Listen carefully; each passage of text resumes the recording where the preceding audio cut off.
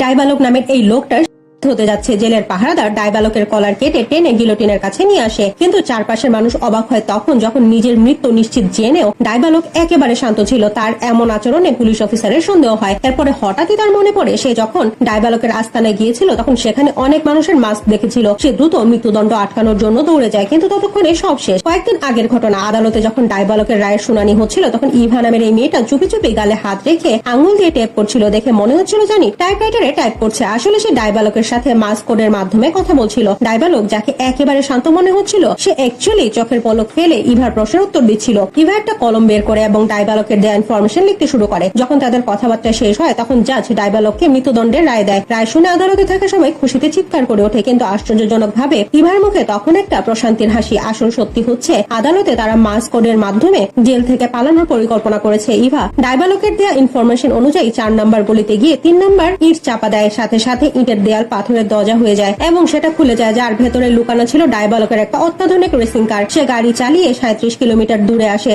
যেখানে পাহাড়ে একটা রাস্তা খুলে যায়। সে গাড়ির ভেতরে নিয়ে আসে আর ডাইবালকের গোপন আস্তানার সামনে আসে। ডাইবালকের দেয়া কোড দিতে একটা গুপ্ত দরজা খুলে যায়, যার ভেতরে অনেক টাকা এবং কিছু অদ্ভুত ওষুধ ছিল। ইভা লাল ও নীল ওষুধ তুলে নেয় এবং প্ল্যান অনুযায়ী শহরের হেড অফিসে আসে, যেখানে সে আকর্ষণীয় জামা পরে আইনমন্ত্রীর সাথে দেখা করে। আর সেই মন্ত্রী অনেক আগে থেকে ইভার প্রেমে হাবুডুবু খাচ্ছিল। আইনমন্ত্রী ইভার সব কথা মেনে নেয়। সে আস্তে করে তার কানে কানে কিছু বলে আর সে সবকিছুতেই রাজি হয়ে যায়। টেবিলে রাখা পেপারের হেডলাইনে ডাইবালকের মৃত্যুদণ্ডের খবর ছাপানো ছিল। ইভা তাকে বলে সেই লোকটার সাথে দেখা করতে চায় যাকে সবাই শয়তান বলে। মন্ত্রী প্রথমে তো রাজি হয় না, কিন্তু শেষ পর্যন্ত রাজি হয়ে যায়। তবে সে ইভাকে শর্ত দেয় সে একা ওই লোকটার কাছে যেতে পারবে না, সেও তার সাথে যাবে। রাতের বেলা তারা দুজন জেলে আসে এবং ডাইবালকের সাথে দেখা করার জন্য জেলারের সাথে কথা বলে। 3 জন ইন্টারোগেশন রুমে আসে। ইন্টারোগেশন রুমে দরজা বন্ধ হওয়ার 30 মিনিট পরে যখন তারা বাইরে বের হয় তখন মন্ত্রী জেলারকে বলে ডাইবালক তো কোনো কথাই বলে না। জেলার মাথা নেড়ে তাদের জানায় ডাইবালক তো গত 3 মাস যাবত কোনো কথাই বলেনি। অ্যাকচুয়ালি এই 30 মিনিটে যা হবার তা হয়ে গেছে। 30 মিনিট আগে যখন ইন্টারোগেশন রুমের দরজা বন্ধ হয় তখন ইভা মন্ত্রীকে একটা বেহুশ করার ইনজেকশন পুশ করে দেয় যাতে সে বেহুশ হয়ে যায়। এরপরে ইভা তার হেয়ারপিন দিয়ে ডাইবালকের হ্যান্ডকাপ খুলে দেয়। যখন মন্ত্রী বেহুশ ছিল তখন ইভা তাকে ডাইবালকের মাস্ক পরিয়ে দিয়ে ডাইবালকের চেহারায় বদলে দেয়। এরপরে সে ডাইবালককে মন্ত্রী বেশে বাইরে নিয়ে আসে। ডাইবালক জেল থেকে পালিয়ে সর্বপ্রথমে মন্ত্রীর অফিসে এসে কিছু কাগজপত্র চুরি করে। যখনই সে বের হতে যাবে ঠিক তখনই মন্ত্রীর পিয়ের কাছে ইন্সপেক্টরের কল আসে। সে তাকে জানায় ডাইবালক বর্তমানে মন্ত্রী বেশে আছে। সে